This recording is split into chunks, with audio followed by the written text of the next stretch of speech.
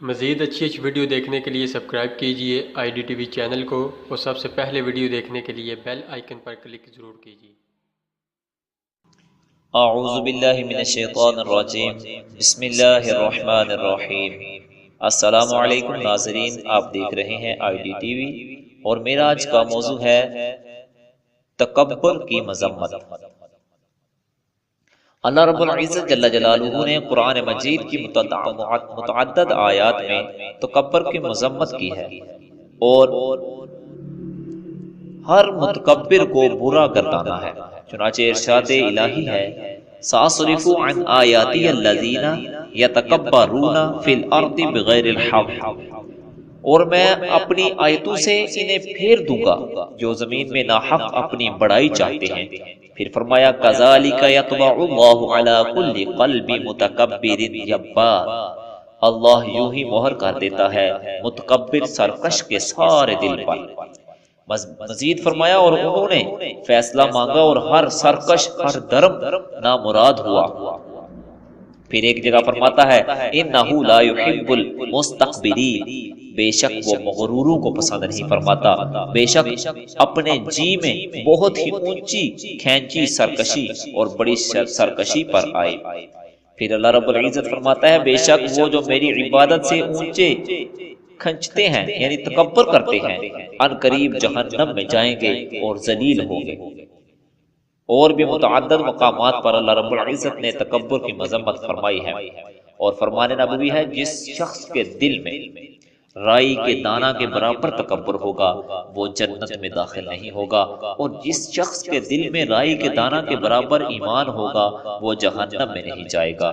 اسی طرح حضرت ابو ہریرہ رضی اللہ تعالی عنہ سے مروی ہے حضور صلی اللہ تعالی علیہ وسلم نے فرمایا اللہ تعالیٰ فرماتا ہے کہ عظمت اور کبریائی میری چادریں ہیں، جو ان میں سے کسی کا دعویٰ کرے گا میں اسے جہنم میں ڈال دوں گا، مجھے کسی کی پرواہ نہیں۔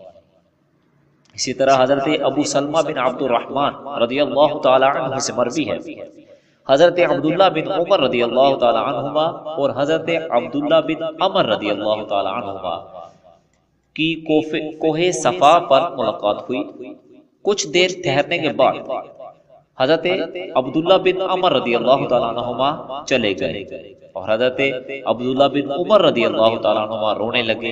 لوگوں نے رونے کا سبب پوچھا تو آپ نے فرمایا حضرت عبداللہ بن عمر رضی اللہ تعالیٰ عنہما کا کہنا ہے کہ انہوں نے حضرت محمد صلی اللہ تعالیٰ علیہ وسلم کو یہ فرماتے سنا ہے جس شخص کے دل میں رائی کے برابر تکبر ہوگا اللہ تعالیٰ اسے منہ کے بل جہنم میں ڈالے گا۔ فرمان نبوی ہے کہ آدمی اپنے نفس کی پیروی میں برابر بڑھتا چلا جاتا ہے یہاں تک کہ اسے متکبرین میں لکھا جاتا ہے اور اسے انہی کے عذاب میں مبتلا کیا جائے گا۔ اسی طرح حضرت سلیمان بن داود علیہ السلام نے ایک مرتبہ پرندوں، انسانوں، جنوں اور درندوں سے فرمایا کہ میری معیت میں چلو۔